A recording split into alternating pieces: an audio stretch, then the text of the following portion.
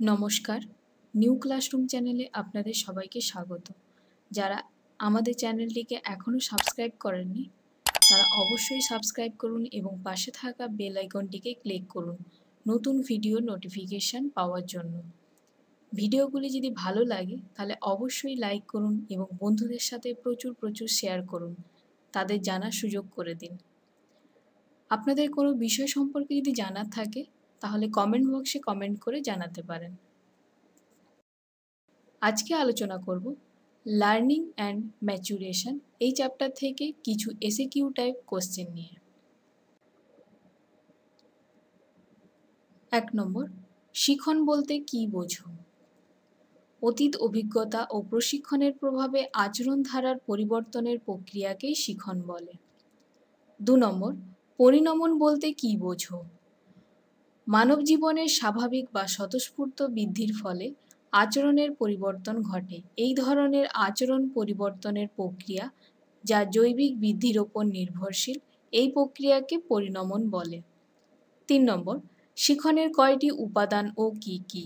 শিখনের 4টি উপাদান: পরিণমন, আগ্রহ, মনোযোগ ও ক্ষমতা বা সামর্থ্য।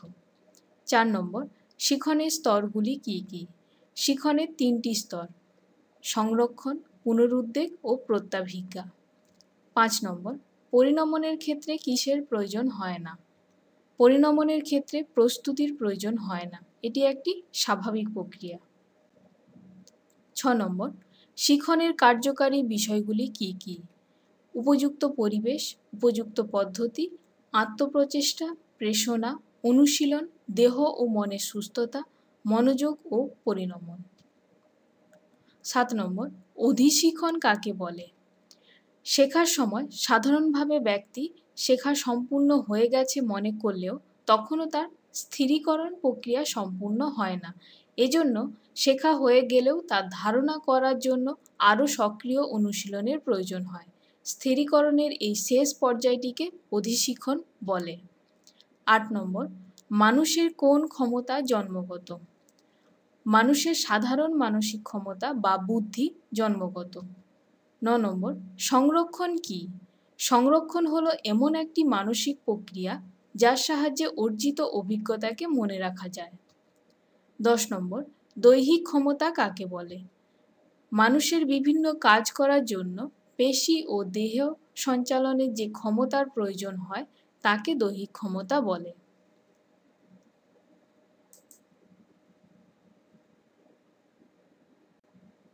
11 নম্বর, সামর্থ্য বলতে কোন প্রক্রিয়াকে বোঝায়? সামর্থ্য বলতে বুদ্ধি, শিখন, স্মৃতি, প্রত্যক্ষণ প্রভৃতি জ্ঞানমূলক প্রক্রিয়াকে বোঝায়। 12 নম্বর, প্রত্যাভিজ্ঞা কিসের ওপর নির্ভরশীল? প্রত্যাভিজ্ঞা সংরক্ষণ ও পুনরুদ্বেগের ওপর নির্ভরশীল।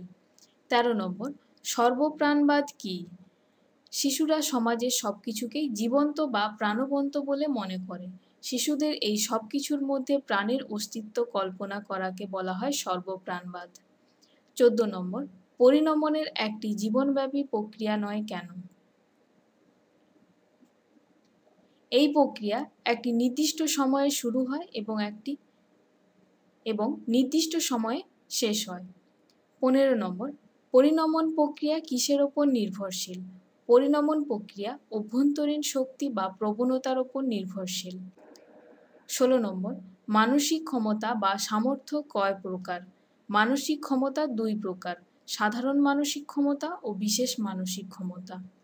17 নম্বর, থমসনের মতে পরিণমন কী? পরিণমন হলো একটি স্বাভাবিক স্বতঃস্ফূর্ত দৈহিক পরিবর্তনের প্রক্রিয়া যার মাধ্যমে শিশু পরিণত মানুষ হিসেবে গড়ে ওঠে।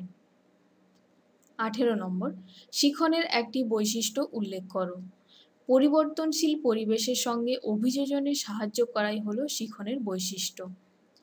19 নম্বর, আগ্রহের একটি বৈশিষ্ট্য উল্লেখ করো। আগ্রহ তৃপ্তিদায়ক অনুভূতির ওপর নির্ভরশীল। 20 নম্বর, পুনরুদ্বেগ কাকে বলে? যে মানসিক প্রক্রিয়া অর্জিত অভিজ্ঞতাকে চেতন মনে নিয়ে আসে তাকে পুনরুদ্বেগ বলে।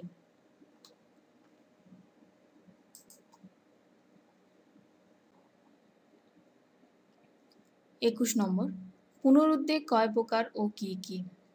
পুনরুদ্বেগ দুই প্রকার, প্রত্যক্ষ পুনরুদ্বেগ ও পরোক্ষ পুনরুদ্বেগ। 22 নম্বর, প্রত্যক্ষ পুনরুদ্বেগ কাকে বলে? যখন কোনো অভিজ্ঞতাকে পুনরুদ্বেগ করার ক্ষেত্রে কেবল তার সঙ্গে প্রত্যক্ষভাবে সম্পর্কযুক্ত অভিজ্ঞতার সাহায্য গ্রহণ করা হয়, তখন তাকে প্রত্যক্ষ পুনরুদ্বেগ বলে।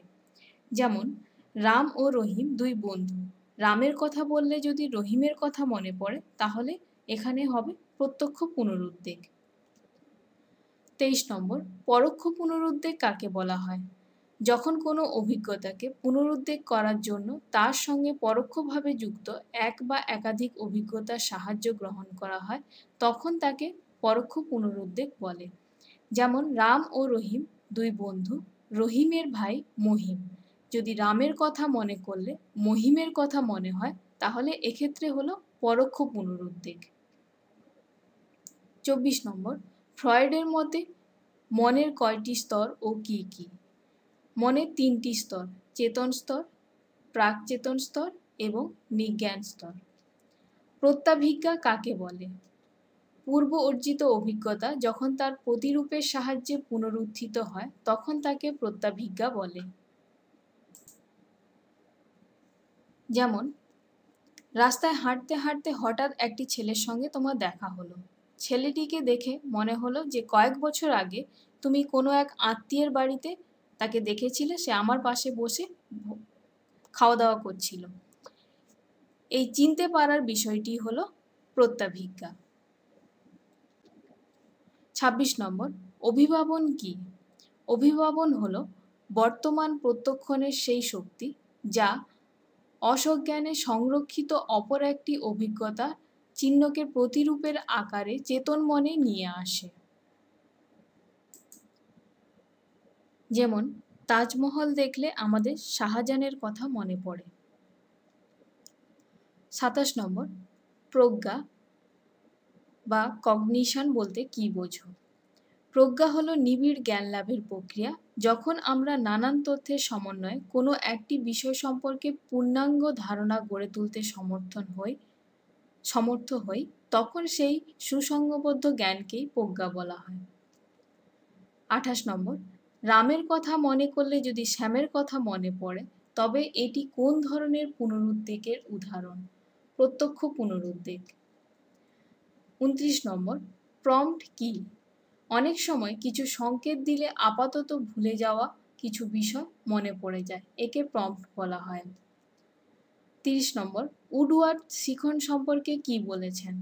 চাহিদার বস্তু বা লক্ষ্যবস্তুর সঙ্গে প্রতিক্রিয়ার সঠিক বন্ধন সৃষ্টির কৌশলই হলো শিখন। এই ছিল আজকে আমাদের আলোচনার বিষয়। ভিডিওটি ভালো লাগলে অবশ্যই লাইক করুন, কমেন্ট করুন এবং বন্ধুদের সাথে প্রচুর শেয়ার করুন। নিউ ক্লাসরুম বাংলার একটি ফেসবুক পেজ রয়েছে, আপনারা চাইলে দেখতে পারেন। নিচে ডেসক্রিপশন বক্সে ফেসবুকের লিঙ্ক দেওয়া থাকবে। ধন্যবাদ।